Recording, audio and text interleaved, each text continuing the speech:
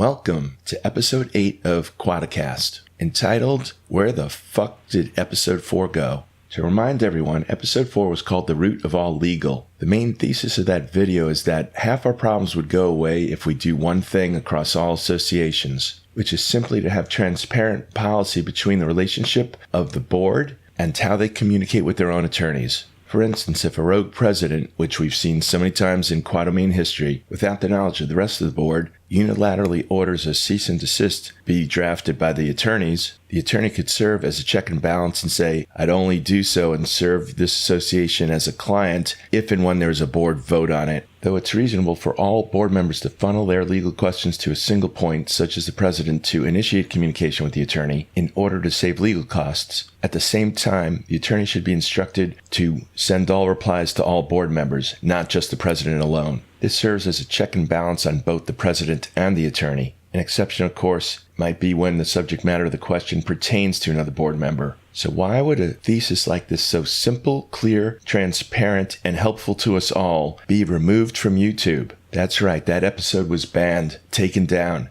by a privacy complaint. A privacy complaint that seems to have been initiated by Lewis and Spouse, because an example was offered in The Root of All Legal to show a real-life example when there is a conflict of interest to a president of the association and the communications with the attorney and the fiduciary duty to get a legal opinion and, regardless of its outcome, obey it and communicate it to the unit owners. This refers to the 1986 amendment to the bylaws of Britannia, indicating two board members in a spousal relationship cannot serve concurrently, in this case the president and his spouse. It's the president's fiduciary duty to bring it to the lawyer. Has that happened yet? You'd think if it had happened and it was in his favor, he'd be so quick to tell you. You'd think the matter would be urgent due to upcoming elections. Do you really believe if you did the right thing and it's in the lawyer's hands that the lawyers would take that long to reply? Or maybe the lawyer already replied, and then where are we? A possible case of suppression, just like the suppression of episode 4, The Root of All Legal. But it didn't stop at episode 4. They are currently, Lewis and Spouse, seem to be attacking both episode 2 and episode 6 over petty reasons because YouTube are such pushovers to anyone who lodge bogus, frivolous complaints. Newsflash to all board members serving in Florida. You are recognized as limited-purpose public figures, which raises the bar of the standard to make defamation claims as example. But the reason for the takedown of episode 4 is when a public county record was briefly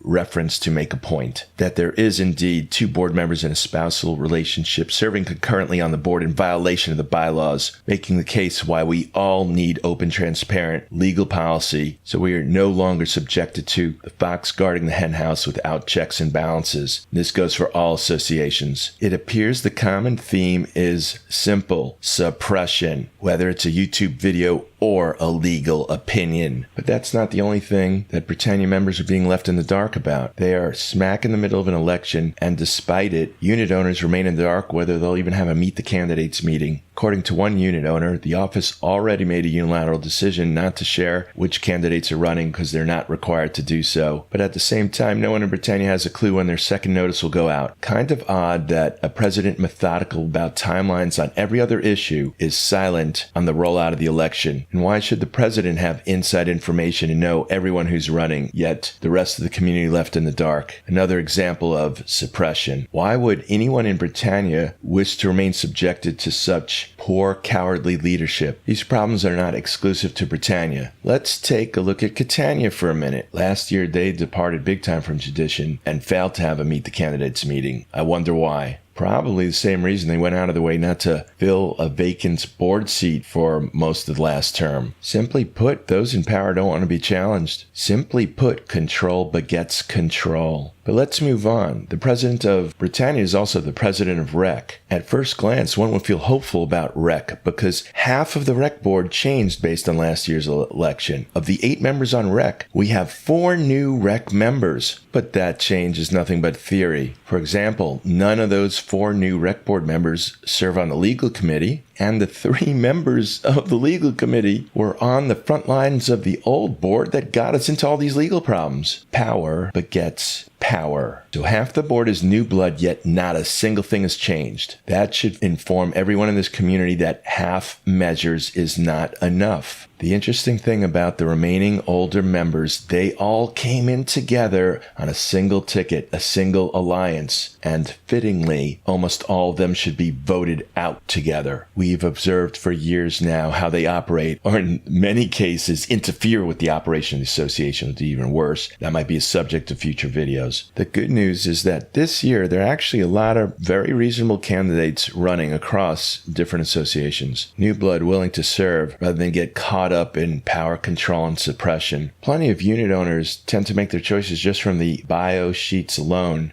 But in my personal opinion, I think it's important to hear what the candidates have to say. So those associations that are actually going to have Meet the Candidates meeting, it might be worth waiting for to learn more from the candidates before casting your vote. And lastly, I wonder how long this episode 8, will last before some thin-skinned crybabies run to YouTube for frivolous, baseless complaints to suppress rather than respecting the free speech right of others. And on that note, I am wishing everyone a wonderful day ahead.